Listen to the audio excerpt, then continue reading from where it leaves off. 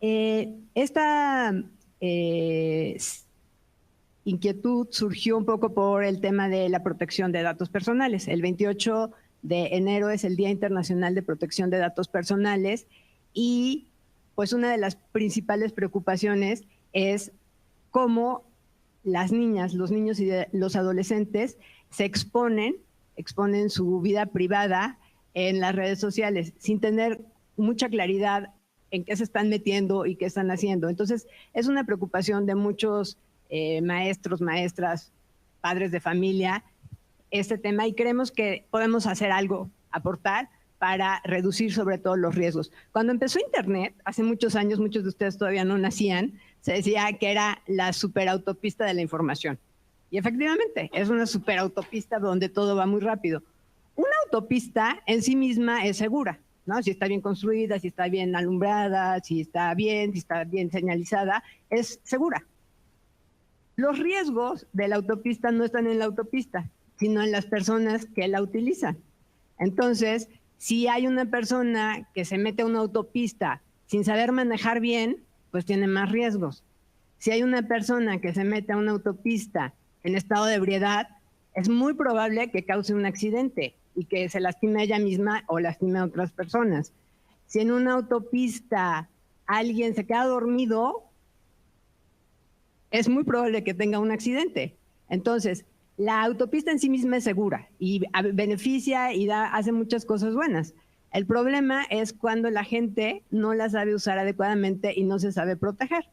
Un tip elemental para manejar en una autopista seguro es utilizar el cinturón de seguridad, como su propio nombre lo indica, ¿no? Entonces, hay ciertas medidas que hacen que usar una superautopista sea más seguro y nos permita llegar bien a nuestro destino. Entonces, esta es un poco la idea de este webinar, ¿no? Internet es una maravilla, las redes sociales nos permiten hacer cosas muy importantes, pero sí hay ciertos tips que nos van a ayudar a que la navegación sea más segura.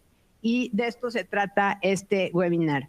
Entonces, les vamos a pedir a las personas que se están conectando en otros lugares, tenemos gente del Colegio El Mirador, del Bachillerato Ángel María Garibay, de las Cordes, de la SEP, que están en diferentes puntos de todo el estado. Centros de educación a distancia también de la SEP están conectados, el Bachillerato Vasconcelos, Universidad Tecnológica de Izúcar de Matamoros, Instituto Tolteca y de otros lugares en el estado se están conectando ahorita. Entonces, les vamos a pedir a las personas que nos están viendo a través de la red que si tienen preguntas para los ponentes o comentarios, nos las hagan a través, sobre todo, de la cuenta de Facebook Live, que es donde nos pueden estar viendo, o también a través de redes sociales y en los centros donde hay conexión, ahí mismo nos pueden hacer las preguntas al final. Entonces, la dinámica es que cada uno de nuestros ponentes hablará 15 minutos de sus experiencias, de lo que han hecho, y después daremos 10 minutos para que haya preguntas aquí en el auditorio. Les vamos a pedir que soliciten una tarjeta. Hay unas chicas que tienen el gafete de staff que van a estar pasando tarjetas. Entonces, cuando quieran hacer una pregunta, por favor, pidan una tarjeta, la escriben y estas chicas o chicos nos las pasarán a nosotros y ya se hará un concentrado de las tarjetas. Entonces, bueno, como les comentaba, tenemos 3 ponentes que son unos ponentes de lujo. Está María Fernanda Sánchez Anaya, que es titular de la Unidad de Transparencia de la Secretaría de Educación Pública. Fer es egresada de Comunicación de la Universidad de las Américas y colaboró en la creación de la Ley Estatal de Protección de Datos Personales y las leyes de transparencia estatales. Y bueno, está muy interesada en qué son las redes, qué riesgos representan y qué datos almacenan. Y de eso nos va a hablar en un primer momento Fer. Entonces, repito, si tienen comentarios o dudas, pidan tarjetas y también a las personas que están conectadas de vía remota. Entonces, empezamos con Fernanda. Muchas gracias, Josefina. Buenos días a todos los que están por aquí, a los que nos están viendo en las redes también. La verdad es que este tema me interesó mucho y me gustó mucho la idea de platicar sobre esto, porque muchas veces lo escuchamos, ¿no? Por todas partes, cómo protegemos nuestros datos, cómo hacerle para que realmente funcione la privacidad en todas nuestras redes sociales o cuando utilizamos el Internet. Y sé que hay muchos docentes que nos están viendo, ¿no? Y entonces, específicamente como por ejemplo con ellos, de pronto intentamos que a nuestros alumnos se les diga cómo puedes utilizar el Internet o hacerlo de manera segura. Y la parte que a lo mejor nos queda un poquito fuera es que ni siquiera sabemos muchas veces cómo funcionan estas redes sociales. Entonces, la parte que a mí me gustaría platicar es eso, precisamente, ¿no? Cómo funcionan 4 de las redes más importantes, cuáles son los datos que almacenan y cuáles son los riesgos que corremos cuando las utilizamos. Y lo primero que quiero decir es algo que me quedó resonando después de que tuvimos una plática Roberto, Pepe y yo con Josefina, y decíamos que debemos ser muy cuidadosos en no satanizar el Internet, ¿no? En que tiene grandes beneficios. Ya lo platicaba Josefina, esta gran autopista tiene el beneficio de que a través de ella podemos conocer todo, ¿no? Podemos saber muchísimas cosas y podemos entender el mundo de maneras en las que no se nos ocurría entenderlo antes de que el Internet existiera. Entonces, ya con eso, el beneficio es mucho mayor que cualquier otro riesgo que pudiéramos tener. Además, es un derecho humano, ¿no? El derecho a acceso a Internet libre, sin que nos restrinjan para utilizarlo, donde se puede hacer comunidad, ¿no? Y donde se puede colaborar para tener conocimiento colectivo y donde además se debe garantizar la privacidad. Y esa parte es súper importante porque hay que entender que todas las personas que entramos a Internet dejamos algo que se llama una huella digital. Y esa huella digital la vamos construyendo poco a poquito y se va haciendo cada vez más grande y vamos moldeando a lo que finalmente llega a ser una persona digital, ¿no? Entonces, nuestra identidad trasciende de una persona física a una digital. ¿Cómo pasa eso? Pasa todo el tiempo, porque todos nosotros estamos conectados todo el tiempo a Internet, ¿no? Cuando entramos a nuestros correos electrónicos, cuando utilizamos la banca en línea, las páginas que más visitamos, no sé, cuando hacemos compras en línea incluso. Vaya, hasta la música que escuchamos y los libros electrónicos que leemos se forman parte, ¿no? Y van abonando estas huellitas a que se vuelva una persona digital, ¿no? Entonces, además de esta identidad física, pues también yo soy una persona en la red. Por eso el nombre del webinar me parece muy atinado, ¿no? ¿Quién eres en la red? Y me parece que lo más interesante de toda esta parte, o donde más dejamos huella, es a través de las redes sociales. ¿Cómo podemos explicar cuáles son los beneficios o los riesgos de las redes sociales si no las conocemos realmente? Yo quisiera empezar poniendo el ejemplo de que cuando yo tenía 16 años, ¿no? Las personas que eran mis ídolos, ¿no? O de quien yo era fanática, eran personas un poco inalcanzables que estaban en la televisión o en el cine, en la radio, ¿no? Y de quienes conocía muy poco. Y ahora las personas a las que los adolescentes idolatran o siguen son estos influencers que se les llama, ¿no? Que son youtubers o instagramers o gente que está en contacto con las redes y que su fama se da precisamente por compartir su vida privada en Internet, porque nos comparten sus viajes, sus hobbies, sus gustos, sus manías, ¿no? Para qué son buenos. Ejemplos hay muchísimos, ¿no? Y seguramente para las personas que están aquí, para los que están en línea, les va a sonar Wherever Tomorrow o Yuya, ¿no? En el caso de esta chica que se pinta, ¿no? Todo el tiempo, pero que comparte cosas súper privadas, ¿no? Si tú te metes a ver, ella comparte experiencia de vida. Entonces, compartir nuestra vida privada es la manera en la que los adolescentes ahora saben cómo comunicarse. Esa es la manera en la que crecieron comunicándose y es lo natural. Y no, les repito, no hay que satanizarlo, simplemente hay que entender cómo funciona para que entonces podamos, ya entendiéndolo, pues ayudar a que las cosas se hagan de la mejor manera, ¿no? Les voy a platicar de 4 redes sociales muy rápidamente. La primera, más que una red social, es un servicio de mensajería instantánea. Levanten las manos los que están aquí. ¿Quiénes utilizan WhatsApp? Todos, absolutamente. Perfecto. Y los que no levantaron la mano es porque están en su WhatsApp en este momento. Y hay otras personas, a ver, levanten la mano quienes utilizan Facebook. También, ¿no? Me parece que la gran mayoría. Bueno, pues WhatsApp, entonces no se los voy a explicar a detalle esos dos, ¿no? Pero es un servicio de mensajería instantánea cifrada.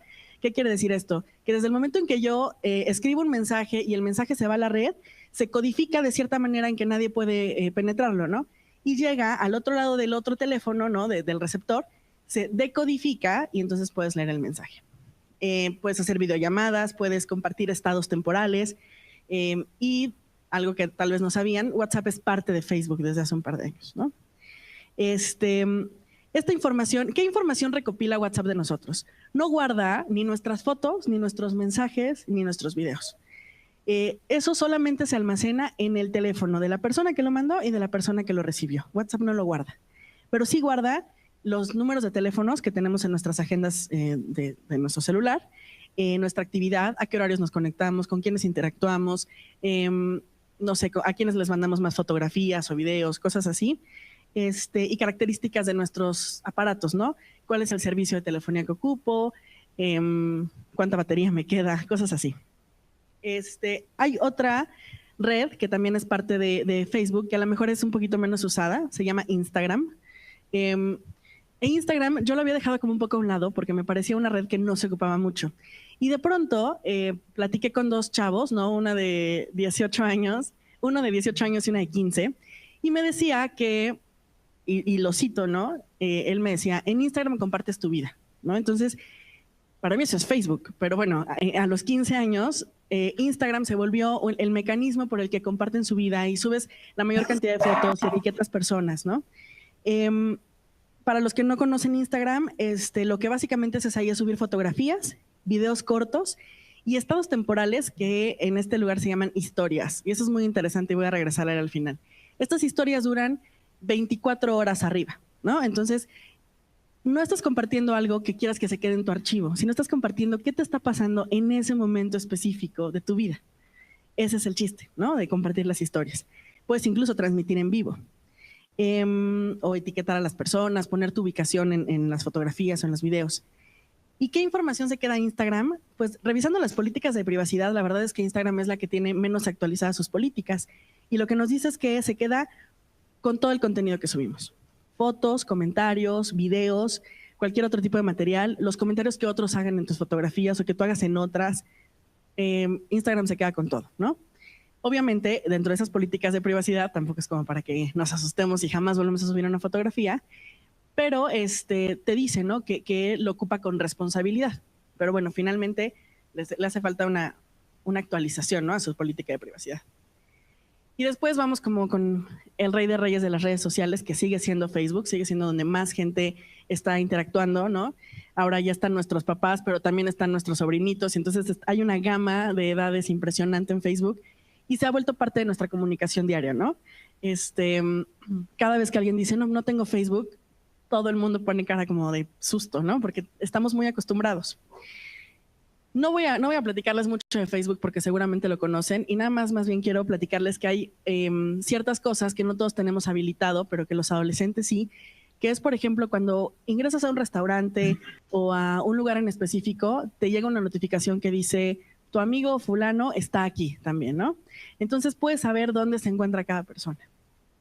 La entidad que controla los datos de Facebook está en Irlanda, ¿no? Entonces, Facebook pues, es una empresa transnacional y la parte que controla el tema de la privacidad se encuentra en Irlanda. Esto es como un dato curioso nada más, pero me pareció muy importante porque a veces se nos olvida que estamos ocupando aplicaciones que son transnacionales. Y entonces, que las legislaciones que pueda haber en nuestro país, ¿no? Si nosotros nos vamos a quejar aquí en México por algo que hizo Facebook, pues a lo mejor va a haber momentos en los que eso no va a servir, ¿no? Porque hay un área gris de legislación todavía en esa parte. ¿Qué es lo que te recopila Facebook? Facebook tiene una de las políticas de privacidad más grandes. Se preocupa mucho por estarla actualizando, pero encontrar el texto completo me costó muchísimo trabajo. Lo que hace es hacernos como pequeños atajos para que nosotros pensemos que estamos protegiendo, ¿no? Como nuestra privacidad, pero leerlo completo es súper complicado encontrarlo. Y ya que lo encuentras, lo que te dice es qué recopila sobre nosotros, todo el contenido que subimos, las fotografías y los datos que compartes o que otros comparten sobre ti, incluyendo, por ejemplo, el lugar donde se tomó una foto, aunque tú no le pongas en qué lugar fue, el modo en que interactuamos con otros y algo que me pareció súper interesante, la información sobre nuestras computadoras o nuestros teléfonos, los nombres de nuestros archivos, los programas que tenemos descargados, la carga de la batería, la señal, nuestra ubicación por GPS exacta, la dirección IP de tu computadora, el modelo de tu celular, entre muchas cosas más. Y Facebook es súper directo en decirte que va a utilizar esa información para mejorar la experiencia del usuario. Por eso nos gusta tanto utilizar Facebook, ¿no? Se acopla a nosotros. Y también para presentarte publicidad personalizada y anuncios personalizados, ¿no? Y no me van a dejar mentir, de repente en la parte derecha de Facebook te das cuenta de que hay anuncios de cosas que realmente te interesan, ¿no? Entonces, bueno, pues sí, Facebook es muy claro al decirte sí lo utilizo para eso. Y por último, la última que quiero platicarles es Snapchat. ¿Quiénes de ustedes tienen Snapchat? Muchas menos personas levantaron la mano. Un amigo en broma dice que Snapchat está hecho para que las personas que tenemos más de 25 años no lo entendamos. Lo dice en broma y cada vez le creo más, ¿no? Es una manera distinta de interactuar que a lo mejor nosotros todavía no entendemos. Y lo que dice el propio Snapchat cuando te metes a sus políticas de privacidad es que ellos quieren hacer la experiencia de compartir Snapchat como si fuera una conversación telefónica o una conversación con tus amigos, donde no hay un registro permanente de lo que dijiste, ¿no? Entonces nadie te puede decir, en abril del año pasado dijiste esto, ¿no? Y ahora estás haciendo tal cosa. Entonces, ¿cómo funciona? Pues el contenido se borra constantemente. Hay dos maneras de compartir en Snapchat. Una es mandando fotografías o videos o mensajes a todos tus amigos, y eso dura 24 horas en línea. Y la otra es compartirlo específicamente a una persona o dos en específico, y ahí tú escoges la cantidad de tiempo que se queda la información, desde un segundo incluso, ¿no? O sea, pueden ver una fotografía nada más por un segundo y se borra. Y si esa persona hace captura de pantalla de lo que está viendo, te notifica que hizo captura de pantalla. Entonces es una manera nueva de comunicarse, ¿no? La manera en la que nos comunicábamos antes, antes de que hubiera redes sociales, ya no es la misma que cuando hay. Y esta manera nueva, ¿no? De las historias de Snapchat, de compartirlo inmediato en vez de que se quede un registro, también es una manera nueva de hacerlo. ¿Qué es lo que pasa? Que a lo mejor las políticas de privacidad o la manera en la que las aplicaciones están diseñadas, pues valen mucho la pena para comunicarnos, ¿no? Para que los adolescentes se comuniquen, por ejemplo. Pero a veces se nos olvida que detrás de esta pantallita que tenemos hay un mundo, ¿no? Y estamos en la pantalla, mandamos información y esa información va a tener un receptor que también está detrás de una pantalla. Entonces, más que cuidarnos en las políticas de privacidad, que obviamente se los recomiendo, ¿no? Y estar constantemente revisando qué contenido publicamos y cómo lo publicamos, también hay que pensar un poco que al final de cuentas quienes estamos detrás de las pantallas pues somos personas de carne y hueso, ¿no? Y que nuestra persona digital existe porque existe la persona física. Básicamente era lo que les quería platicar. Muchas gracias.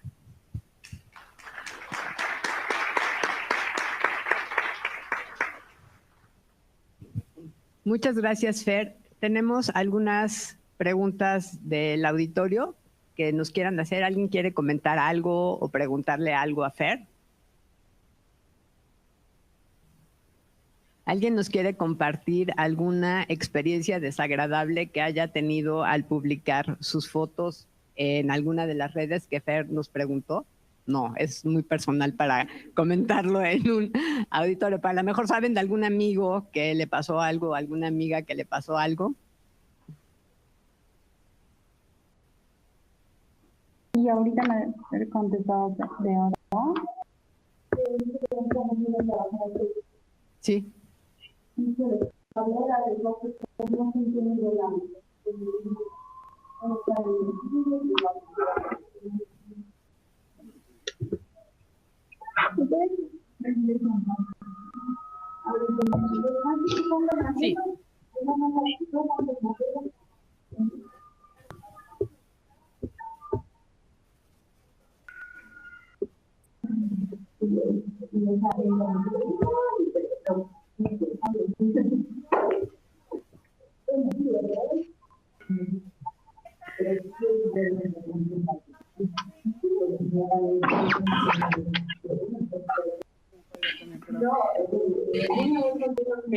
A ver, en las políticas de privacidad, o sea, lo que te dicen que van a hacer es, por ejemplo, en el momento en que tú eliminas una fotografía o un contenido, se supone que ellos también lo eliminan de sus servidores, ¿no? Entonces, esa es la garantía que te dan la mayoría de las redes sociales.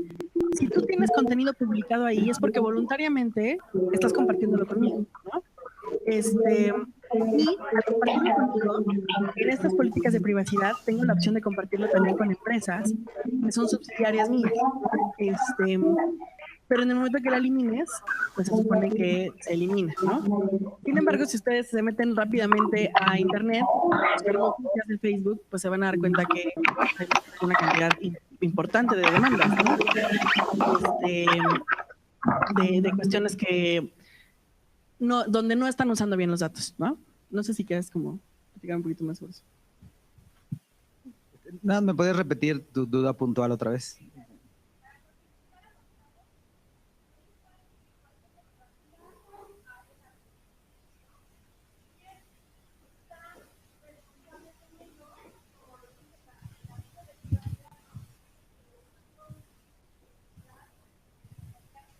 ¿Qué tan responsables son del mal uso de esa fotografía, ¿no? La persona responsable del mal uso es la que hace mal uso de la fotografía, no necesariamente quien la sube, ni Facebook, ¿no? O sea, es como, cambiemos el nombre de Facebook por una plataforma, digamos, por WordPress, ¿no? Un blog o blogger, ¿no? Yo agarro y escribo algo y ejerzo mi libertad de expresión escribiendo algo en esa plataforma y resulta que a alguien no le gusta, ¿no? ¿Qué responsabilidad tiene el intermediario? Pues en realidad no mucha. El intermediario está poniendo la plataforma, ¿no? O sea, yo no puedo llegar y decirle, baja ese contenido porque no me gusta, ¿no? La responsabilidad que tiene el intermediario es, bueno, te voy a contactar con el autor de eso para que ya se tomen las medidas correspondientes. Hablando de datos sensibles o personales, se hace todavía más complicado. ¿Qué tal que yo publico el número de teléfono de alguien, ¿no? O la dirección de alguien y otra persona lo usa y se utiliza pues con fines nocivos, ¿no? Bueno, de entrada hay un responsable, la persona que los utilizó con un fin no propio, y bueno, y una responsabilidad de la persona que los compartió, ¿no? Ahí hay una corresponsabilidad. Y ya tratar de involucrar ahí a la empresa es un poco más complicado, ¿no? Eso sí, la empresa se da cuenta que eso es un problema y dentro de las políticas trata de blindar que no, algunos mecanismos para facilitar pues que ese contenido se pueda remover, que ese usuario que cometió puede ser por ejemplo una injuria, un perjurio, cualquier cosa, que ese usuario tenga un cierto tipo de responsabilidad respecto al contenido que publica y sobre todo que la persona que hace mal uso de esa información pues también pueda ser de alguna forma auditable, ¿no? Pero es un debate un poquito más complejo, pero por supuesto hay corresponsabilidad de todas las partes.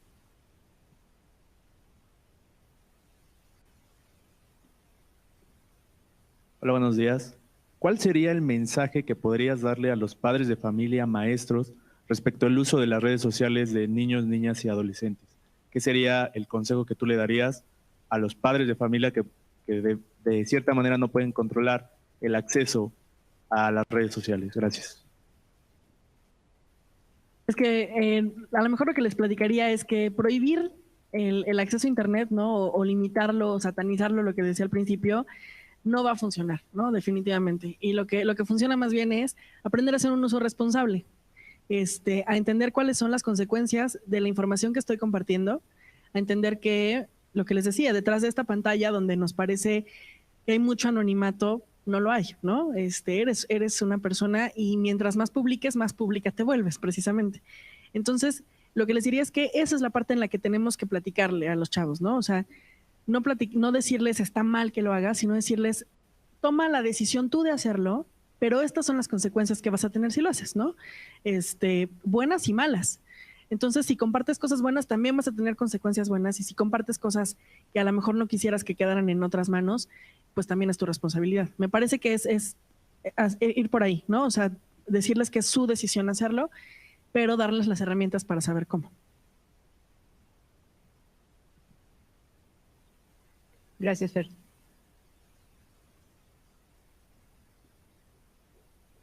Bueno, mientras pasan el micrófono, les quería comentar que también se están conectando profesores, profesoras y algunos alumnos de la Corde 15 en Ciudad Cerdán, de UTEBIS, del Instituto Tecnológico Superior de Teciutlán, también del Instituto Tecnológico Superior de Atlisco, de la Universidad Tecnológica de Huejotzingo, del CECIT Magdalena, del COBAEP, del Centro de Educación a Distancia Morelos, COBAEP Plantel 13 y CECIT Tlacotepec. Entonces, muchas gracias a todas las personas que están ahora conectadas en esta transmisión. Y sí, hay otra pregunta. Bueno, más que una pregunta, un comentario muy rápido. Es muy importante que cuando estemos en una red social, pues leamos, como dicen, las letras chiquitas, ¿no? Es decir, una red social, cualquier comunidad, pues nos indica cuál es el uso que le debemos de dar a esa herramienta, qué podemos hacer, qué no, y qué es lo que ellos se comprometen a hacer con nuestra información. Y obviamente es muy importante estar conscientes y sabidos de qué es lo que va a suceder cuando yo me integro a esa comunidad. Porque muchas veces se generan falsas expectativas y entonces nosotros, en lugar de protegernos, pues esperamos que la comunidad, quien la dirige, quien la administra o quien la creó, sea quien proteja y quien vigile los derechos de todos y cada uno de nosotros, lo cual es muy, muy complicado. Entonces, nosotros también tenemos que volvernos resilientes en el sentido de leer muy bien a lo que nos comprometemos cuando nos integramos a una comunidad y saber cuáles son esas reglas que tenemos que seguir y de qué manera podemos nosotros estar expuestos. Es muy importante, como decía Fer, protegernos a nosotros mismos y proteger nuestra identidad en la red. Gracias. Gracias, Luis. Bueno, nuestro siguiente ponente es José Flores Sosa.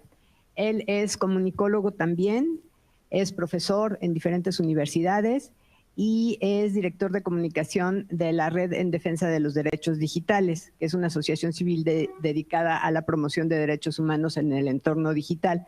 Entonces, él está muy a favor de defender la libertad que tenemos todas las personas en las redes sociales y de eso nos va a hablar un poco, del uso y el manejo de las redes sociales. Entonces, le cedo el micrófono a Pepe y les pido que si tienen preguntas, las personas que nos están viendo nos las hagan llegar, o si alguno de la sala tiene preguntas, también por favor las escriban en las tarjetas. Gracias, Pepe, por acompañarnos. Muchas gracias por la invitación. Es un gusto estar hoy frente a ustedes.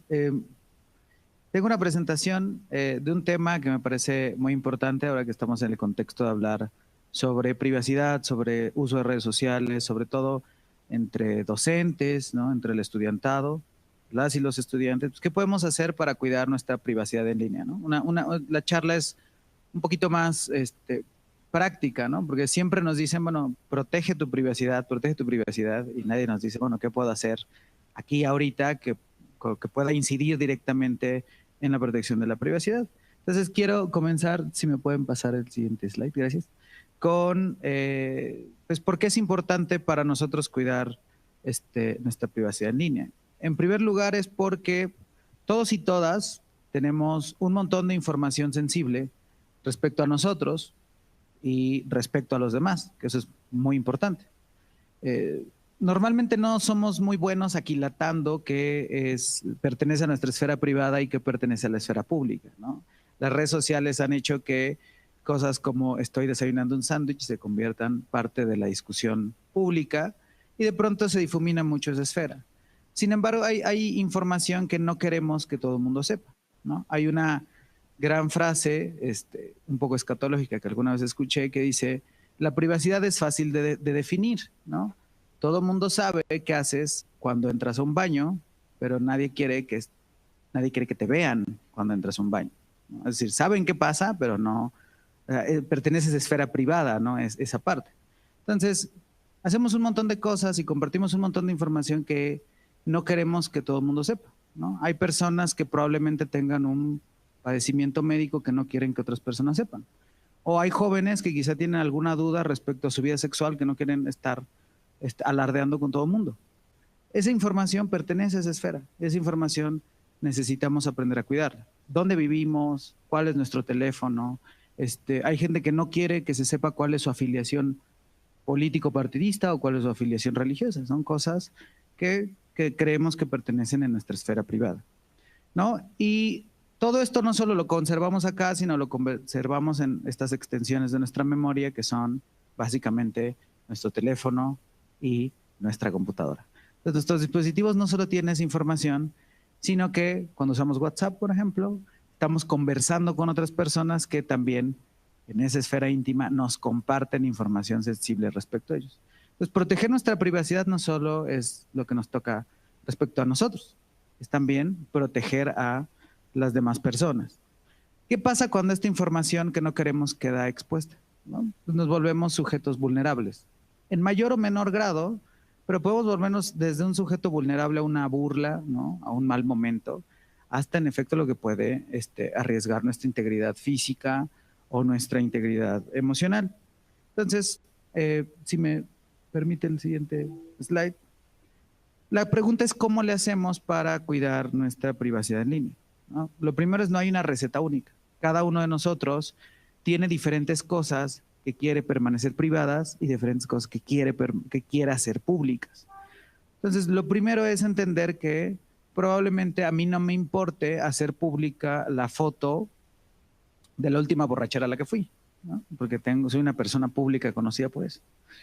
Pero si no lo soy, y creo que eso me puede avergonzar, me puede meter en problemas con mis padres, me puede poner en problemas con mi pareja, me puede evitar que a futuro yo tenga una cierta perspectiva laboral, pues entonces sí quiero que eso que pasó en la fiesta pues, se quede en esa esfera, de la fiesta, ¿no? No quiero que van tomando fotos y me etiqueten y lo compartan, ¿no?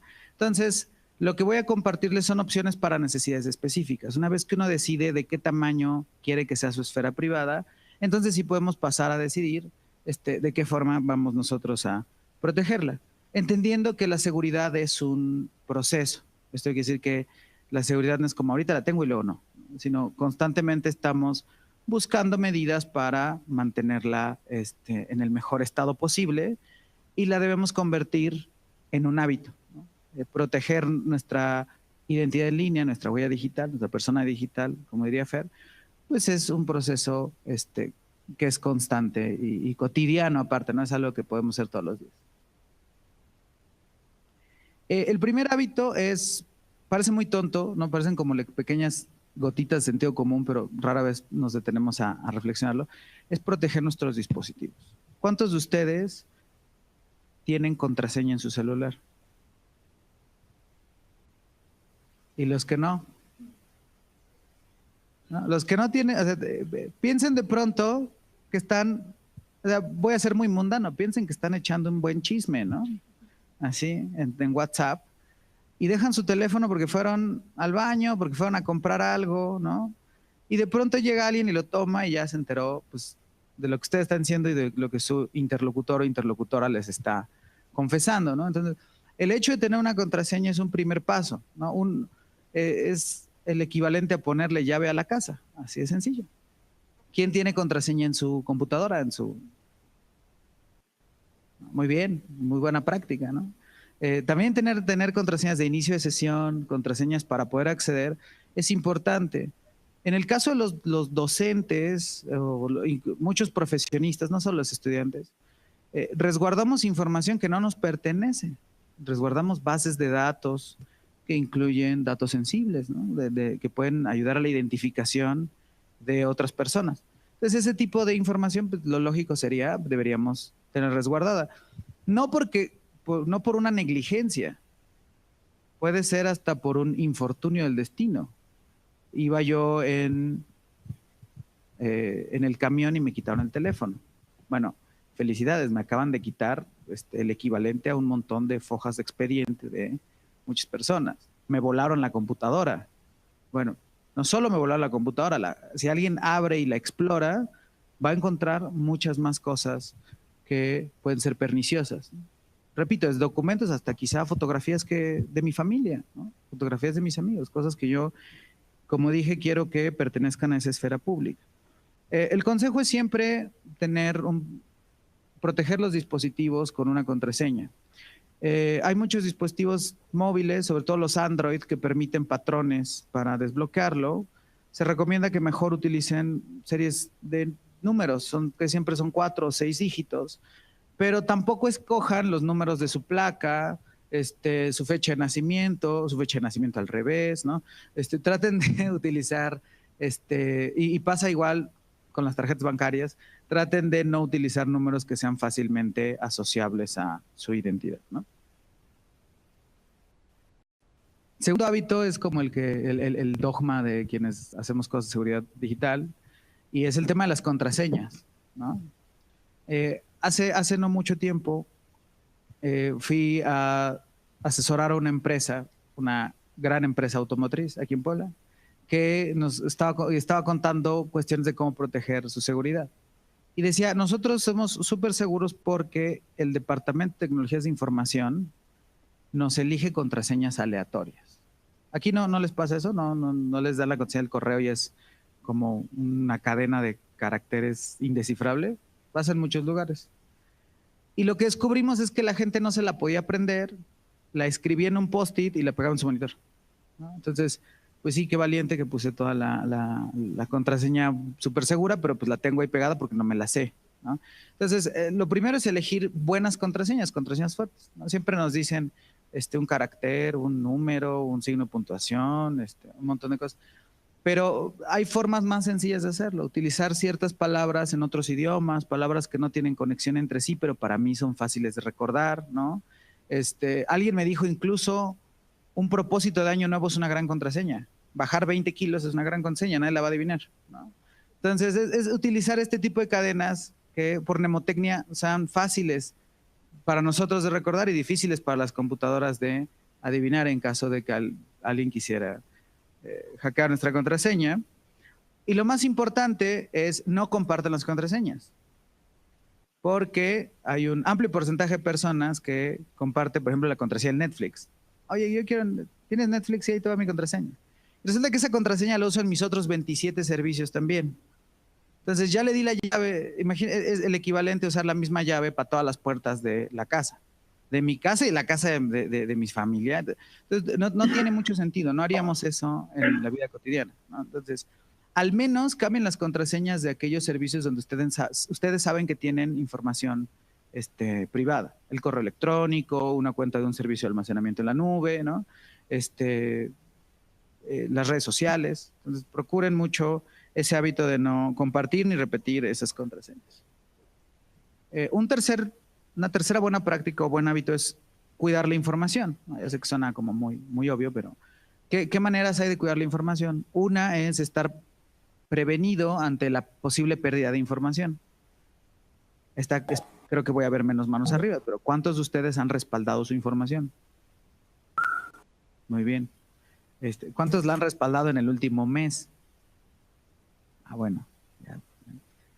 Respaldar la información y tenerla vigente, porque a veces es el respaldo y resulta que ya es información de hace mucho tiempo, es muy importante. Repito, no por el tema de una negligencia, es por el tema de que estamos expuestos a situaciones desafortunadas que nos pueden obligar a buscar ese respaldo en la información. Y en segundo lugar es la discrecionalidad. Hay información que no me pertenece, ¿no? Pasa muchísimo que de pronto solo volteas a tu celular y ya estás en 3 grupos nuevos de WhatsApp, ¿no? Oye, ¿quién le dio? A los docentes nos pasa mucho que a las 11:35 de la noche o más recibimos un mensaje de un número que no conocemos y hola, profe, yo soy Javier, la tarea así era para... Y no sabes de dónde sale, cómo obtuvieron tu teléfono, ¿no? Entonces, prácticas tan sencillas como antes de compartir un teléfono, pregúntale a la persona si de verdad quieren que les dé el teléfono.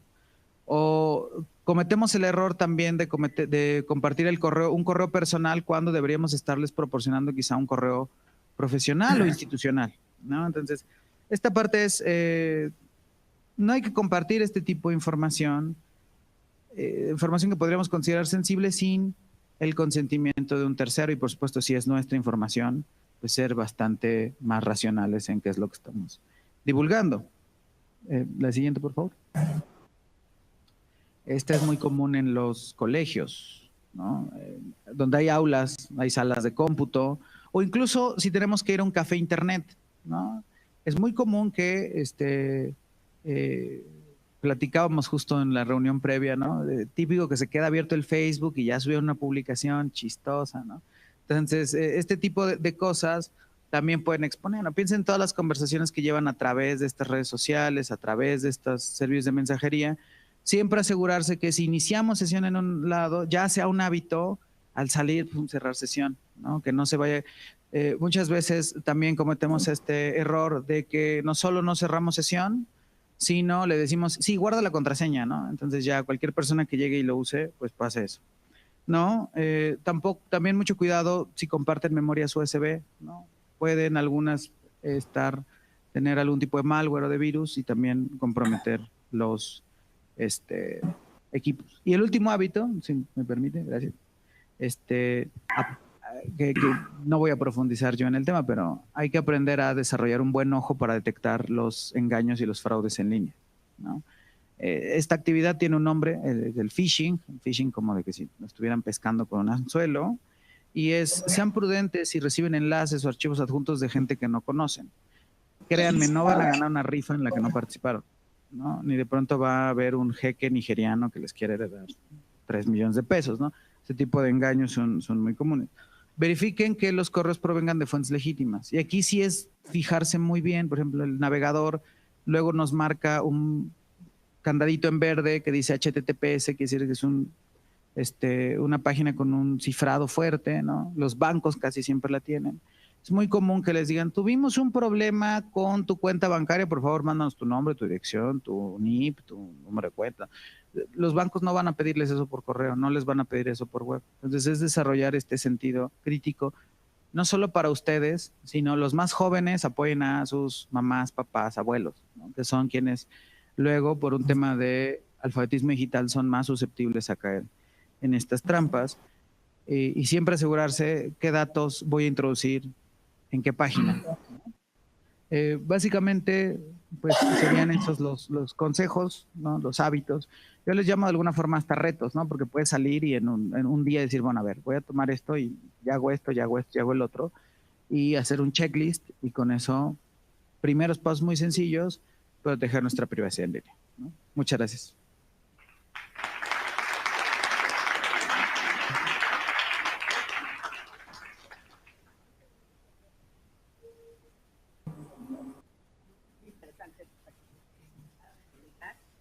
Tenemos algunas preguntas del auditorio.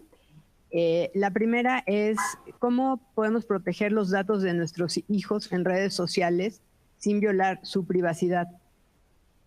Aquí yo quisiera comentar que el derecho a la propia imagen, por ejemplo, es un derecho que todos tenemos. Todos tenemos derecho a nuestra imagen y no cualquiera puede tomar una foto y publicarla donde sea. Eso no es correcto, publicar fotos de otras personas sin su autorización. Y publicar fotos de niñas y niños es muy delicado. También con las redes sociales se hizo muy común y gente, pues como de buena voluntad, pone en Facebook el ultrasonido de su bebé, ¿no? Cuando está todavía en el vientre materno. Entonces, pues se les hace muy gracioso, que lo quieren compartir con mucha alegría porque ya están embarazados, pero de ninguna manera se debería publicar la foto de un bebé en las redes sociales, ni aunque sea el hijo de alguien, ¿no? O sea, aunque sea tu propio hijo, tienes derecho a publicar esas imágenes. Entonces, hay leyes, hay legislaciones también, bueno, las legislaciones son diferentes en los países, ¿no? Pero en Inglaterra, por ejemplo, en Gran Bretaña está prohibido a los padres subir fotografías de sus hijos en redes sociales. Entonces, si está prohibido es por algo. Pensémoslo, no, repito, no quiero satanizar, pero sí, pues también Roberto seguramente ahorita nos puede hablar un poco de los riesgos que tiene subir fotos de bebés o de niñas o niños en las redes sociales, ¿no? Entonces, perdón por contestar la pregunta, pero hubieras contestado lo mismo. Ok, ya, la siguiente va. En su opinión, ¿qué no compartirías en redes? Bueno, creo que el primer gran filtro de qué no compartir en redes es la información, por un lado, determinar si esa información es personal o de alguna forma afecta a los derechos de terceros. O sea, ese sería mi primer gran filtro, ¿no? Porque de alguna forma, yo como sujeto de derechos, pues puedo elegir qué comparto y qué no, bajo mi propia responsabilidad. Pero cuando es la información de un tercero, ¿no? Algo que afecte a alguien más, ¿no? Que puede ser cualquier tipo de preferencia, de gusto, de hábito, actitud, ¿no? Sí debería tratar de dar 2 pasos atrás y reflexionar si es mi papel compartir esa información, ¿no? Ese sería el primer gran filtro, ¿no? O sea, en realidad quiero que la gente sepa lo que decía, ¿no? La foto de este tipo que fue, o esta persona que fue y se puso muy borracho. En realidad en realidad soy yo quién debería estar compartiendo esto, o es él, ¿no? O es ella. Entonces, este tipo de filtros creo que es el primero, ¿no? Y en segundo lugar, tratar de no dar información o datos que pudieran poner en riesgo nuestra integridad, repito, física o emocional, ¿no? Ese tipo de información es caso por caso, cada quien decide qué tanto amplía o contrae su esfera privada, pero como un segundo criterio es decir, bueno, ¿y esto que estoy subiendo podría provocar algún tipo de consecuencia negativa para mi integridad? Entonces hay que pensar ahí si sí o si no. Repito, es un tema mucho de discrecionalidad, pero donde sí definitivamente hay que trazar una línea es si lo que yo estoy compartiendo lesiona o erosiona los derechos, especialmente el derecho a la privacidad de un tercero o de un grupo de terceros. ¿Cuál es la edad adecuada para utilizar redes sociales? Pues, las mismas redes sociales imponen términos y condiciones. Si mal no recuerdo, Facebook traza la línea en 13 años. 13 años traza la línea Facebook. Yo creo que las redes sociales pueden ser usadas. Las redes sociales es como prohibir las redes sociales es como cuando te querían prohibir ver la televisión, ¿no? En realidad, lo adecuado sería que alguien se sentara contigo a ver la televisión y te explicara en qué momento es ficción y en qué momento es verdad y en qué momento ciertas cosas aplican. Es un tema de acompañamiento, de educación y de alfabetismo, de consumo de los medios. Y pasa exactamente lo mismo con las redes sociales, ¿no? Repito, los mismos términos y condiciones ponen un cierto límite que lo transgreden los chicos y las chicas, ¿no? Ahí no hay nada oculto, ¿no? O sea, no tengo 13 años, pongo que tengo 22 y pues no hay nada que lo cheque. Pero creo que sí un correcto acompañamiento de los padres y madres de familia, de los tutores, de los mismos docentes, puede tener un impacto cualitativo muy alto en cómo se usan las redes, ¿no? La discusión no es que si se usen o no se usen, es cómo voy a permitir que se usen de una manera responsable, y lo dijo Fer, nos permiten grandes cosas, ¿no? El Internet ha sido una vía de democratización de acceso a muchas cosas, servicios, conocimientos, ejercicio de derechos, y sería pues un desperdicio tomar una visión prohibicionista, ¿no? Yo estoy de acuerdo, obviamente, que no lo podemos prohibir, pero los niños, las niñas y los adolescentes son muy vulnerables, ¿no? Entonces, seguramente Roberto va a hablar de esto ahorita, ¿no? Pero, por ejemplo, niños de 13 o 14 años se quedan con los celulares en su cama en la noche y están hasta las 2 de la madrugada chateando, mandando fotos, viendo cosas que no son adecuadas probablemente para su edad o por lo menos les están quitando el sueño, ¿no? Entonces, a lo mejor un adulto también lo hace y también está hasta la 1 de la mañana perdiendo el tiempo en las redes sociales y tiene todo el derecho y puede gastar su vida en lo que quiera. Pero a un niño, a una niña, a un adolescente, esto le puede afectar más. Entonces, ¿de quién es responsabilidad que un niño de 13 años esté a la 1 de la mañana con el teléfono celular?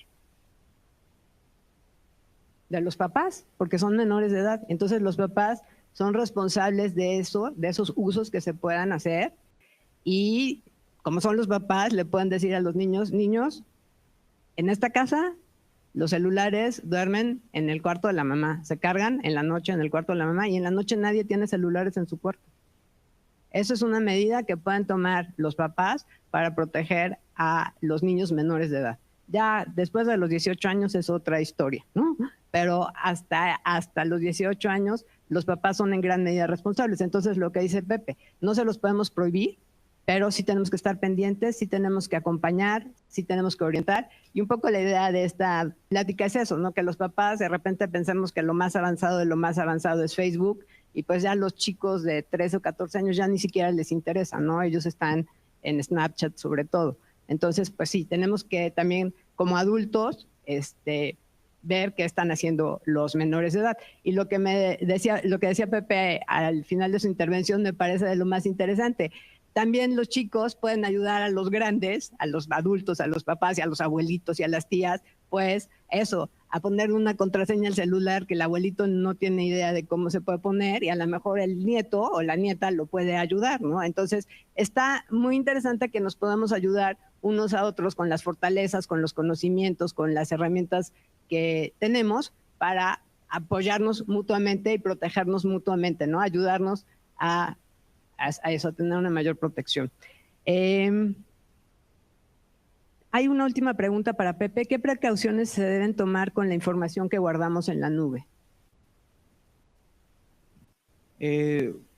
Muchas veces nosotros hacemos ciertos respaldos, ¿no? O guardamos cierta información en la nube. Buenas prácticas que se pueden hacer es, ciertos servicios permiten no solo que se le ponga contraseña a un dispositivo, sino que se le ponga contraseña a un servicio, ¿no? Entonces, yo le puedo poner una contraseña, o por default tener una contraseña para mi servicio en la nube. Y en caso de que se guarde información mucho más sensible, y esto ya es una técnica un poquito más avanzada, existe algo llamado la verificación de 2 pasos, ¿no?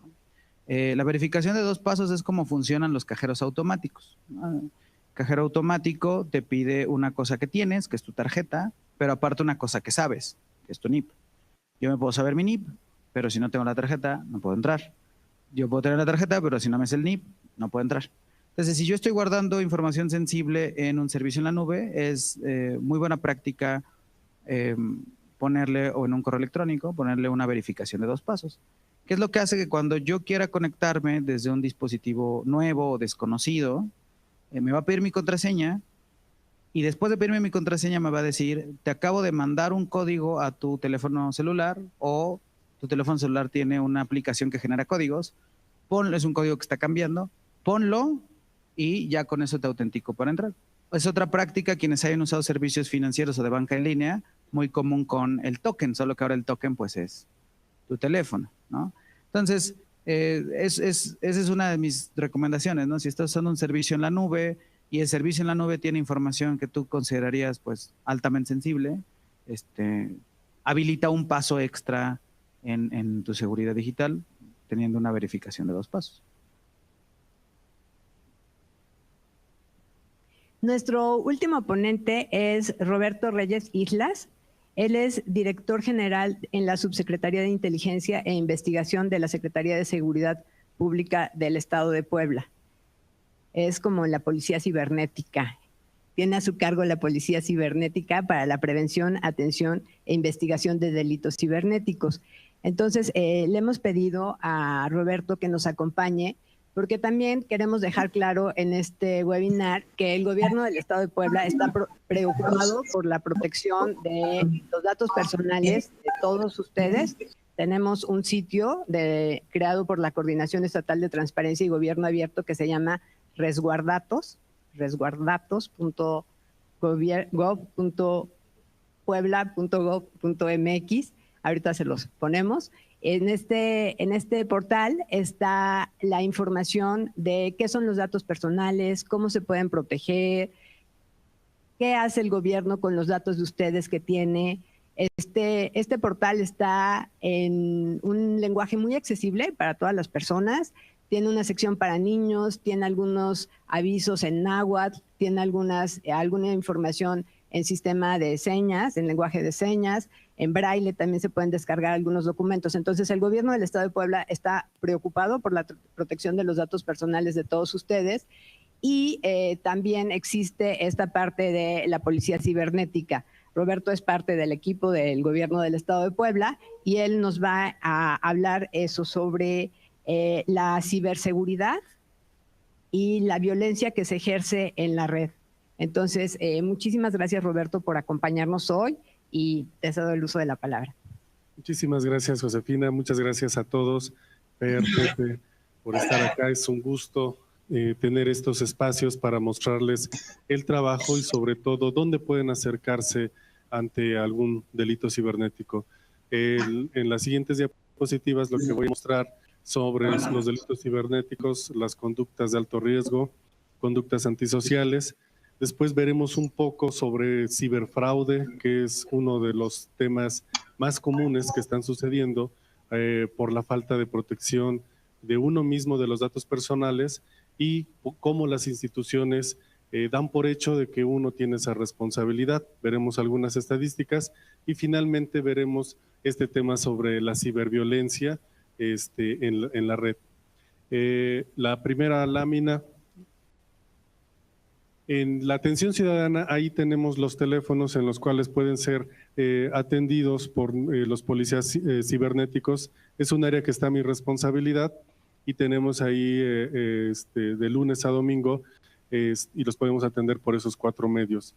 Generalmente, y ustedes deben saberlo, la mayoría es por Facebook y por Twitter. Casi ya la gente no usa el teléfono y eso nos permite una interacción muy buena con las posibles víctimas.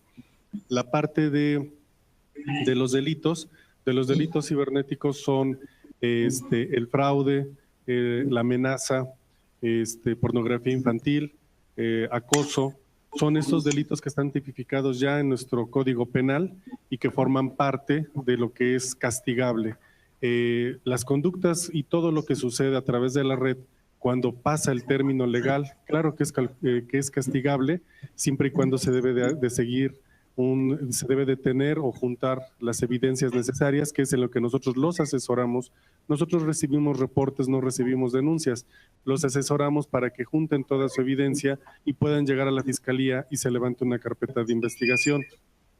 Las conductas inapropiadas son aquellas que no son un delito, pero pueden llegar a ser algún delito, como lo que comentaban los anteriores ponentes, subir una foto, subir algún tipo de situación donde tú no estás de acuerdo, suplantar la identidad. Yo te tomo una foto y te creo un Facebook, es una suplantación de identidad, no es un delito, aún no es un delito. Eso está violando las políticas, por ejemplo, en este caso de Facebook, y se puede reportar y bajar esa página.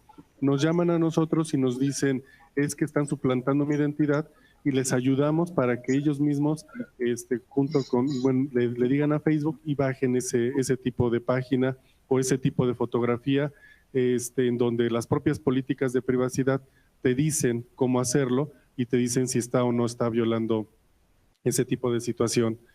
El siguiente es, estas son las estadísticas que nosotros tenemos y que me gustaría compartirles de cómo está pasando, cómo nos está llamando la gente y qué es lo que más se observa en lo que nosotros recibimos.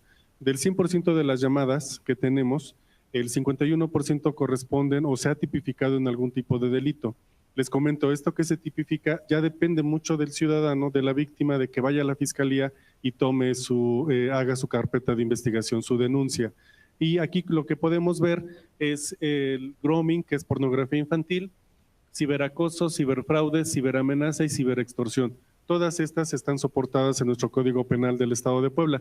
Si se dan cuenta, el 41% corresponde al ciberfraude, que ese es el tema que nos ocupa o que me gustaría tomarle mayor importancia en este panel. Lo siguiente de las conductas, el malware, como ya comentaba muy bien Pepe, es el malware cuando llega por correos electrónicos y pues es imposible. Si no participaste en un sorteo no te vas a ganar nada, ni el príncipe, aunque lleve tu apellido en otro lado del mundo, te va a heredar dinero, y caen muchísimas situaciones en ese sentido, porque desde que son en dólares o que pueden ganar ¿cómo se llama? Celulares o algún otro dispositivo electrónico, lo que hacen es buscar el phishing, que efectivamente tienden una caña de pescar y lo que pesquen, lo que pesquen, eso es importante. Ya hay algunos que no tienen ese cuidado y pues les pescan todo. La publicidad engañosa, violación de derechos de privacidad, ciberbullying, suplantación de identidad, todo eso lleva, si se dan cuenta, el ciberbullying, el 51% es lo que nosotros más hemos detectado y lo que venimos trabajando con otras instituciones como la SEP, para dar continuamente pláticas, no solo a los alumnos, sino a los docentes y a los padres de familia, para erradicar por completo este fenómeno. Si el bullying se daba, el ciberbullying se puede dar con mayor facilidad. Lo principal que se esconden los victimarios esconden su cobardía sobre la parte de las redes sociales, en donde pueden ser anónimos. Y en eso se da la continua molestia que van dando hacia los alumnos, hacia las personas, a sus compañeros. Los fenómenos delictivos, nosotros como Policía Cibernética nos dedicamos a analizar los fenómenos delictivos. Es decir, si nos llegan 2, 3 casos en donde fueron defraudados porque intentaron comprar un coche en una página supuestamente de remates y vemos el mismo modus operandi, lo que nosotros hacemos es contactar a las víctimas, ver cómo está este modus operandi y nosotros estamos continuamente intercambiando información con otras policías cibernéticas y con la Policía Federal, la División Científica, que atiende también este tipo de delitos, porque desafortunadamente esos servidores pues no están aquí en Puebla y salen dentro de nuestra jurisdicción, están en otros estados de la República o incluso fuera del país. Se han detectado bandas de ciberdelincuentes que, por ejemplo, desde Perú o desde Colombia han atacado a México y eso es lo que hacen, ven esta parte gris, como decía Fer, de la legislación y que de ahí se aprovechan precisamente para que, pues yo tengo mi servidor acá en Perú y pues yo hago este tipo de fraudes en México.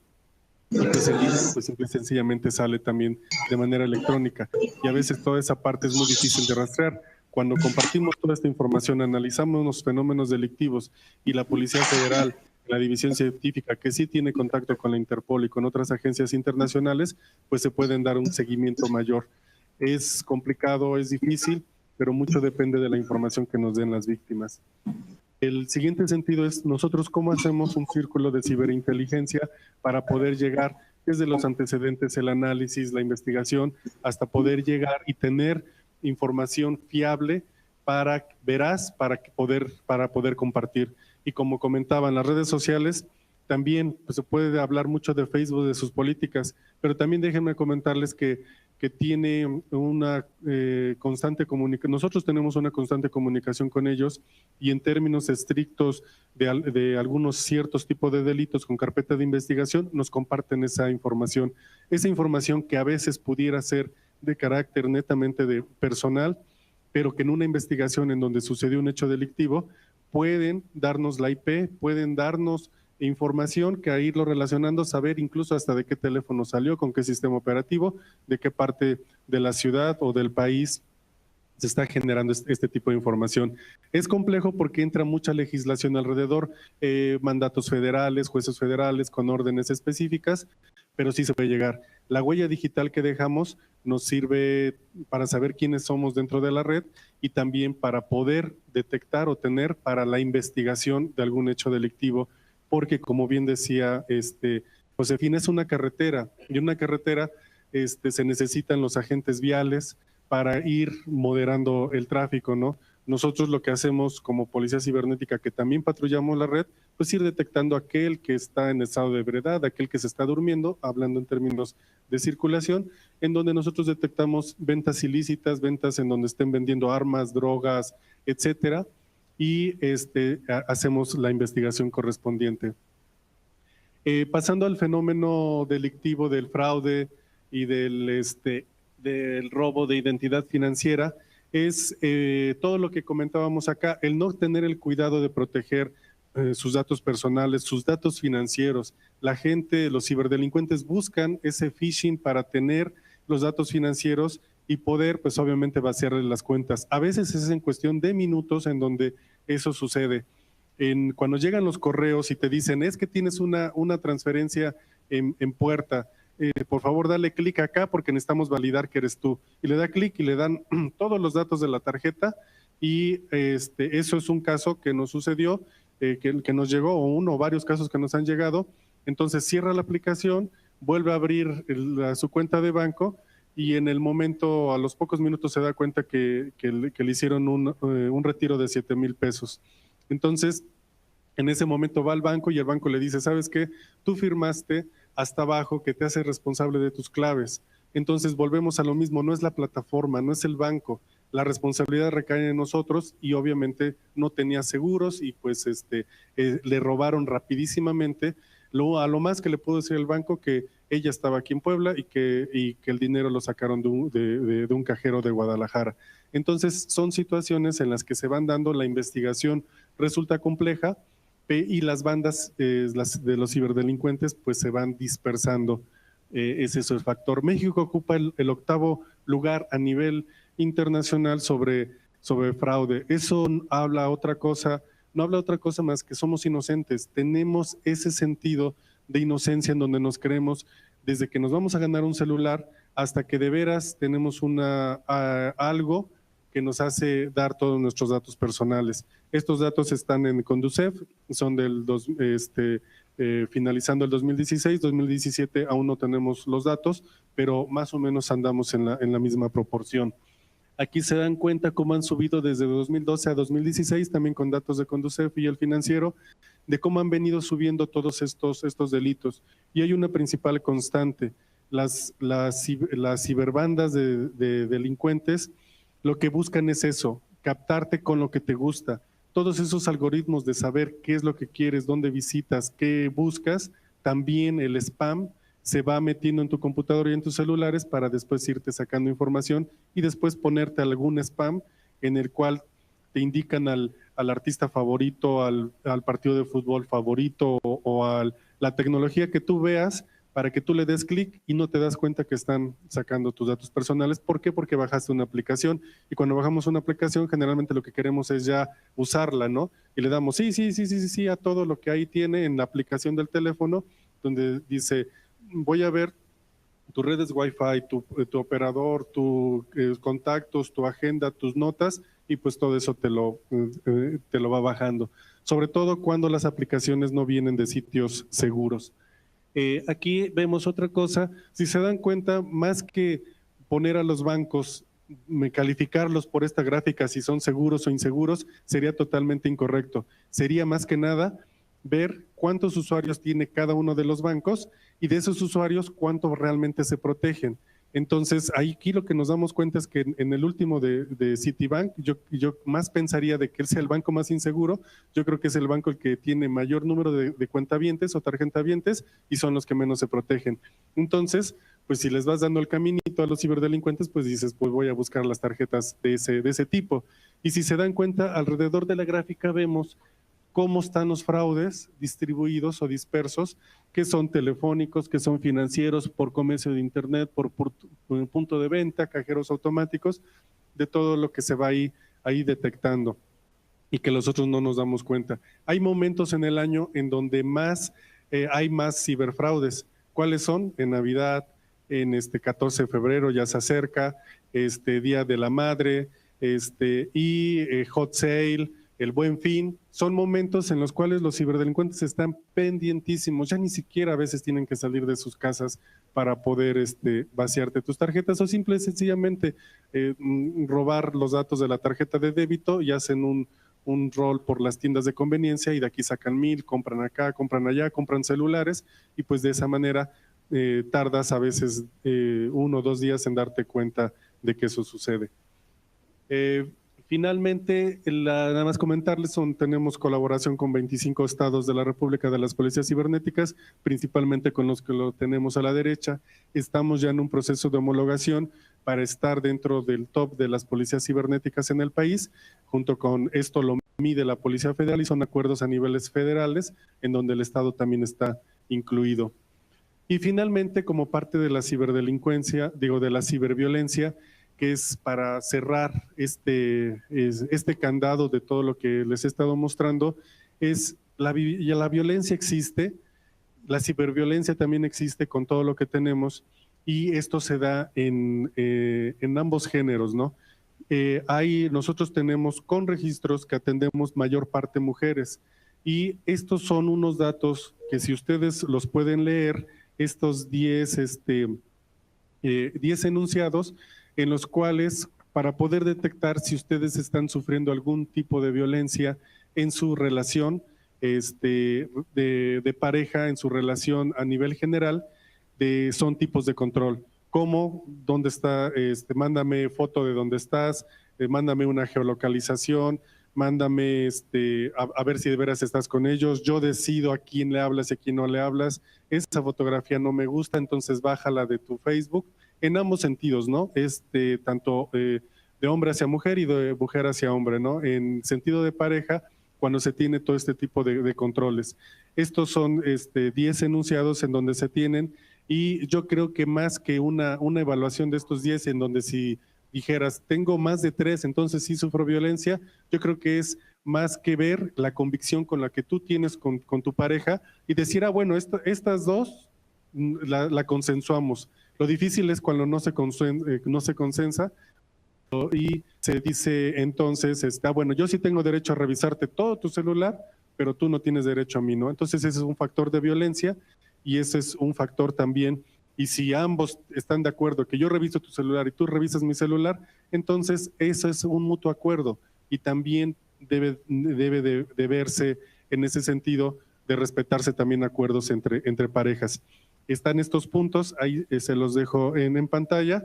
Y en términos generales, pues cualquier duda que ustedes tengan, pues estamos a sus órdenes, ya sea aquí en el panel, los que nos están viendo de manera remota, está voy a poner también nuevamente nuestros contactos y no tengan la más mínima duda de que escucharemos, recibiremos su reporte y pues estamos a sus órdenes como policía preventiva, como policía cibernética. Muchas gracias a todos.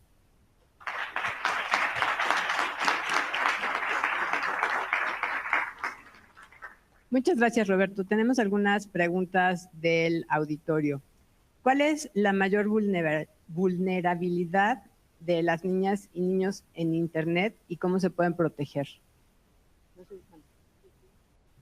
La mayor vulnerabilidad que nosotros hemos detectado y que hemos platicado con los papás en situaciones de víctimas reales aquí en Puebla es que en los WhatsApp las niñas, niños suben fotografías en trajes de baño o las van cambiando continuamente y ponen fotografías del colegio y no saben a qué chats se están metiendo, a qué grupos de Facebook, incluso hasta luego por curiosidad se van metiendo a legiones sin saber ese tipo de situaciones y les estamos dando en fotografías pues que vivo en Cholula, que voy a tal escuela, que mi papá trabaja en tal dependencia de gobierno o es funcionario de tal empresa importante. Entonces toda esa información pues les van dando toda, casi a veces decían que el Facebook es un catálogo para los ciberdelincuentes y no para la primera persona, o sea, no nosotros como papás, a lo mejor tenemos más conciencia, pero si nosotros no revisamos las redes sociales de nuestros hijos, nuestros hijos pueden decir, mi papá todos los días llega a las 9 de la noche, ¿no? Entonces, y antes, pues antes estoy solo, ¿no? O sea, situaciones que se van poniendo de manera inconsciente y pues de manera inocente también. Gracias.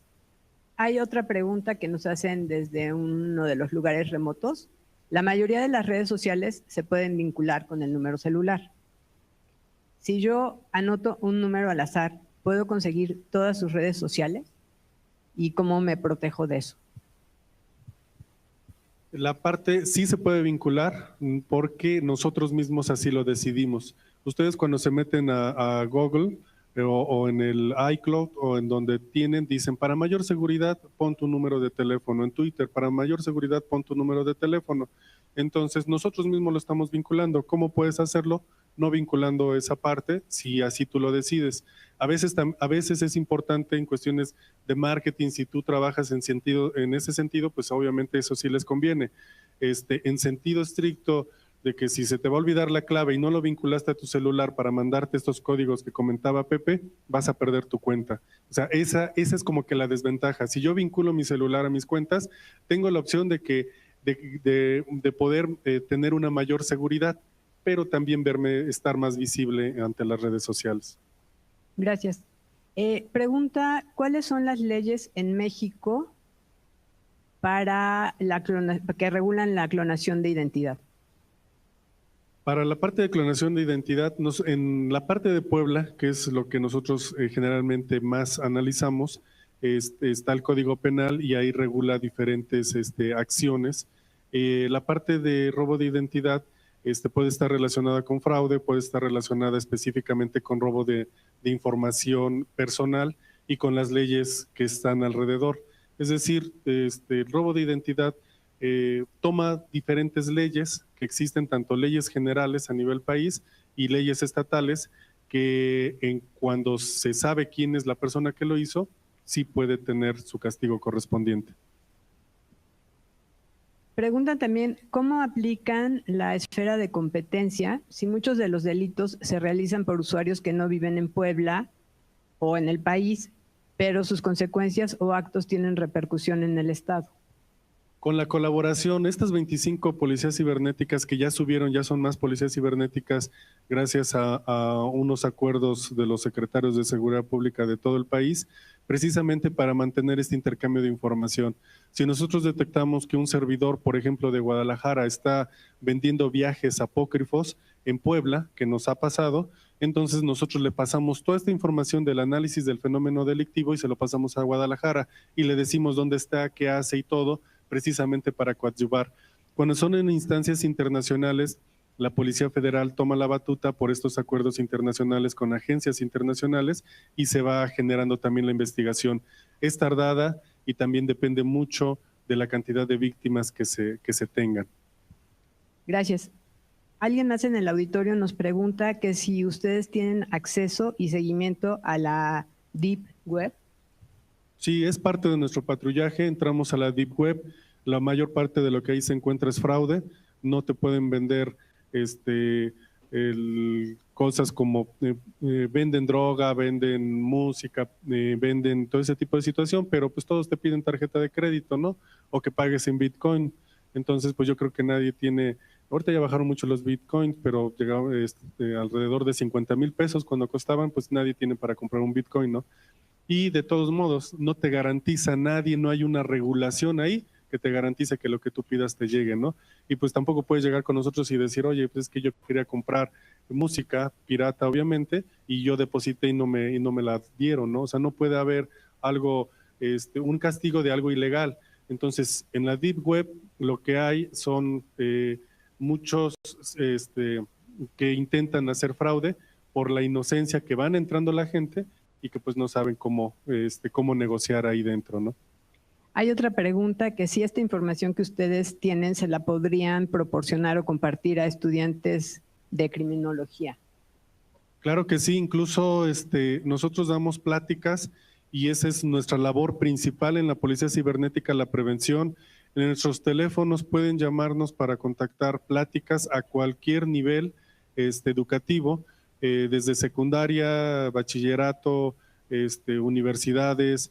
En lo personal a mí me gusta más trabajar con padres y docentes porque es ahí donde les enseñamos qué están haciendo los niños. Los chavos y todo, sí lo captan, sí ven esa situación, pero yo creo que se necesita una supervisión y qué mejor que los papás conozcan. Y por supuesto, todos los que se quieran sumar, yo tengo la instrucción de ir a donde que vayamos con pláticas de prevención y mostrar todo este tipo de estadísticas dependiendo del nivel. Incluso a nivel primaria, cuando hacemos actividades lúdicas y les hacemos armar unos dados en donde cada uno viene en recomendaciones a su nivel. Por ejemplo, las redes sociales, mi papá me tiene que autorizar, ¿no? Y mis claves las tiene que saber mi papá y mi mamá, etcétera, ¿no? Situaciones así de ese tipo y esa es nuestra principal labor, la prevención.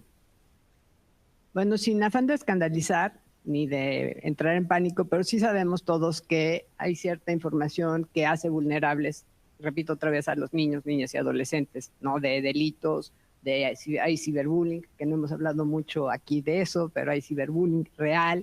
Hay trata de personas que se hace a través del mal uso de la información de las redes. Entonces, si alguien tiene conocimiento o es víctima o conoce a alguien que sea víctima de estos delitos cibernéticos, se puede comunicar al teléfono de la Policía Cibernética, que es 213-8111, como está ahí. Y bueno, ahí les pueden orientar o ustedes pueden preguntar sobre cómo hacer una denuncia o lo que sea necesario.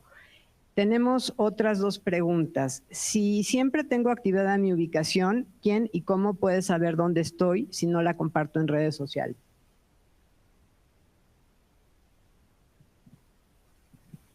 Pues de entrada el dispositivo la tiene, ¿no? O sea, si tengo activado este protocolo, que es muy común de pronto en Facebook, en Snapchat, si yo le doy los permisos a mi dispositivo pues tiene acceso a esa información. Si mi dispositivo llega a entrar en una situación de robo, de vulnerabilidad, entonces la persona que me robó el dispositivo puede tener acceso a esa información. También es muy común que hay ciertas aplicaciones como el caso de la aplicación de Amigos que trae, si mal no recuerdo, iOS, bueno, Apple, que permite, en teoría está pensada para la creación de redes de confianza, en donde, no sé, un papá, una mamá, como estábamos hablando, puede tener la información. Snapchat tiene una facultad similar, pero de nuevo, cabe ahí la parte de entender nosotros esta discrecionalidad de la privacidad, ¿no? Pasa de pronto que esta ubicación la estoy compartiendo con amigos, y a estos amigos, pues igual yo les tengo confianza, pero también a ellos se les hace fácil compartirlo con alguien más, y empieza a haber esta brecha, pues, de seguridad y de privacidad. Entonces, si en una primera instancia, si lo tengo activado todo el tiempo, tiene acceso al dispositivo. En una segunda instancia, si estoy utilizando este tipo de aplicaciones, bueno, esta red de contactos tiene acceso a la ubicación, y pues sí se puede incurrir en una falta cuando una de estas personas pues rompe este contrato que tenemos de qué hacer con esa información y empieza a divulgarlo. Gracias. Tenemos aquí a una persona que se enteró por las redes sociales que estábamos en este webinar y está aquí con nosotros, es Angie Navarro, Ángeles Navarro, y pregunta, si alguien interviene en mi WhatsApp y sale una nota en el periódico Milenio sobre esa conversación, ¿cómo puedo buscar al responsable de ese espionaje? ¿Cómo me aseguro que se sancione? En ese sentido, primero hay que levantar una denuncia, una carpeta de investigación por el hecho que se presenta.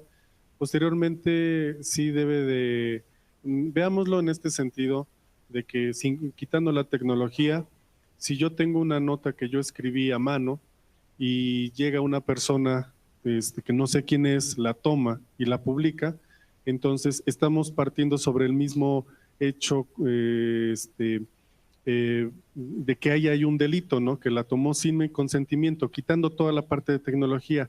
Así es como se debe de presentar. Nuestra legislación no contempla en este momento la parte de electrónica, de robo de información, tiene todavía algunos huecos. Entonces lo que se tiene que hacer es darle el seguimiento como les platiqué, quitando toda la tecnología, juntando todas las evidencias posibles para que se haga la investigación. Y como todo proceso y en este nuevo sistema de justicia penal, pues están los momentos para presentar las pruebas, para presentar las investigaciones que se vayan haciendo en el Ministerio Público, que se vaya aportando toda esa información y para poder llegar a que el juez pueda dar una sentencia correspondiente.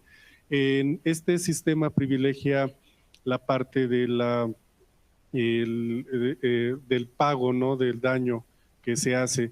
Entonces, en ese sentido también, si hay un tercero que publicó, pues, y si es situación personal, también ese tercero está protegido por las leyes, ¿no? Y que no puede publicar algo sin el consentimiento expreso. Entonces, yo creo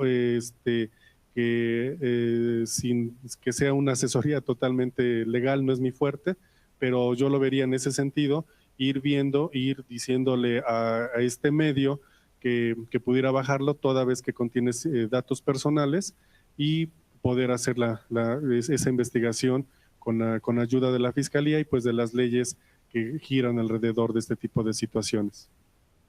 Muchas gracias, Roberto.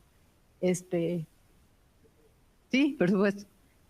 De hecho, ya estamos acercándonos hacia el final, entonces te pediría que le respondieras y si quieres darnos como un cierre, una última frase, alguna última idea, igual a Fer, a Roberto, y ya con eso terminaríamos. Por favor. Bueno, es un caso que ya sonó hace unas semanas, lo del caso de Angie y la conversación esta que fue filtrada.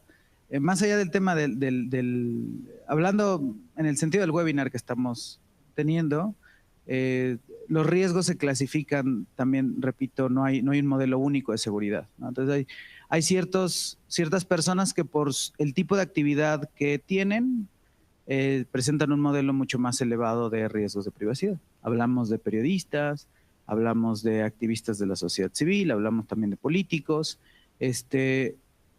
Hay riesgos muy específicos en cada uno de estos casos y es muy probable, por los indicios de lo poco estoy familiarizado con el caso que ahorita se presenta, que sea cuestión de una infección del dispositivo, ¿no? Entonces, en este caso en específico, habría, ahora sí integrando la parte tecnológica, no la parte legal, habría que hacer una especie de análisis forense, ¿no? Para determinar cuál es el vector de infección, de dónde pudo haber provenido, qué información pudo haber estado comprometida, y ya con eso articular justamente un caso, ¿no? A lo que ya se pueda investigar con mayor solidez.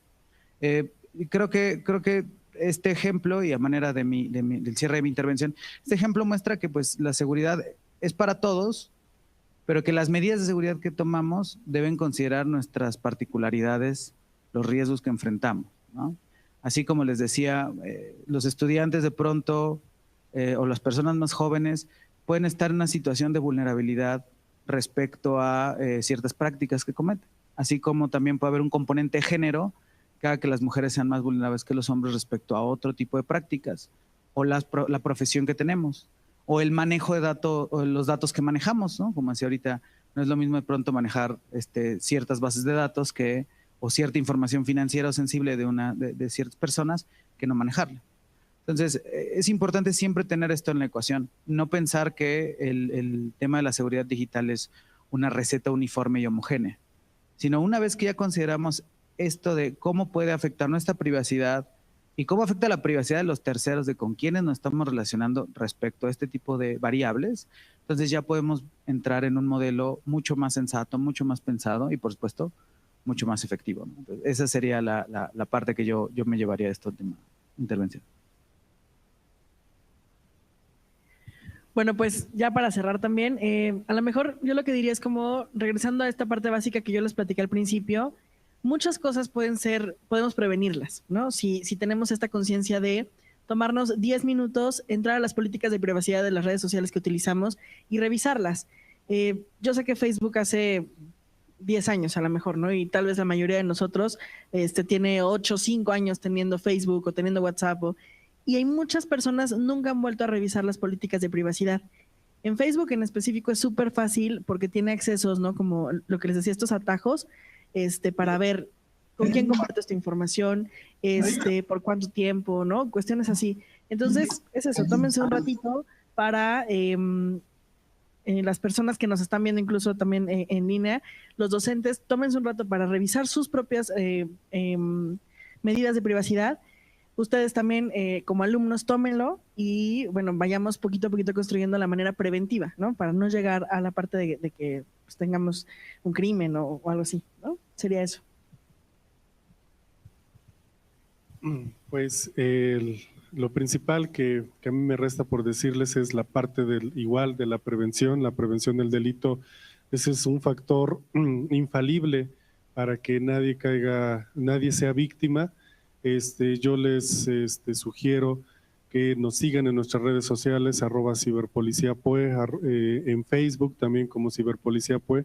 Semana a semana estamos sacando boletines con la información, con lo que vemos que está sucediendo en Puebla, en la región, en el país y en el mundo. Vamos dando ciertos tips de seguridad, boletines dirigidos tanto para chavos como padres de familia, como para docentes, en donde les estamos dando siempre de manera muy digerida puntos de seguridad, y desde les enseñamos hasta cómo generar la seguridad en sus redes de la casa, controles parentales, y toda esa situación, a lo mejor algunas recomendaciones sobre algunas aplicaciones precisamente para mejorar la seguridad. Y yo creo que la parte preventiva, síganos, y yo creo que es la manera de que podamos estar en contacto y podamos ganarles a los ciberdelincuentes. Muchas gracias. Muchas gracias, Roberto. Muchas gracias, Fer. Muchas gracias, Pepe, por habernos acompañado. Muchas gracias, sobre todo, a todos ustedes que estuvieron aquí, a las personas que se conectaron remotamente. También les agradecemos su participación. Por supuesto, a la UAP, al apoyo de Elsa Fuello y todo su equipo, muchas gracias por hacer esto posible.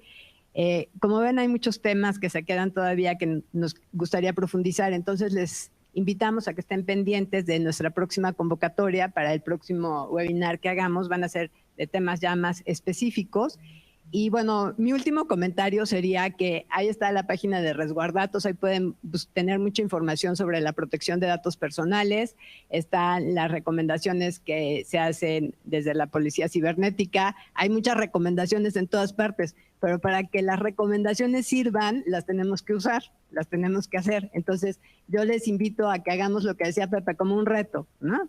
Bueno, sí, no, ya voy a cambiar todas porque no puedo tener el mismo password en todas mis cuentas. Bueno, pues a ver, una manera lógica en la que yo sepa cómo las cambio y cada cuándo las cambio. Entonces, pero sí hagámoslo, porque de nada nos sirve tener la información si no la aterrizamos en medidas propias, ¿no? Lo que decía un poco Roberto, a lo mejor yo no estoy tan de acuerdo.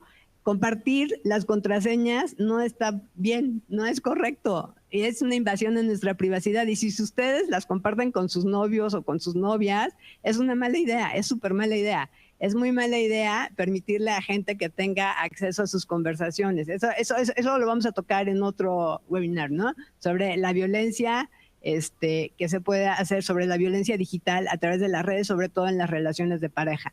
Entonces ya están ahí los consejos, ya hay mucha información que se dio hoy, los invitamos a que la usen, que la pongan en práctica, y otra vez muchísimas gracias a todos por habernos acompañado en este webinar. ¿Quién eres en las redes? ¿Quién eres en la red? Organizado por la Coordinación Estatal de Transparencia del Gobierno del Estado, la UAP y la Secretaría de Educación Pública, a la que también le agradecemos todo su apoyo. Muchas gracias.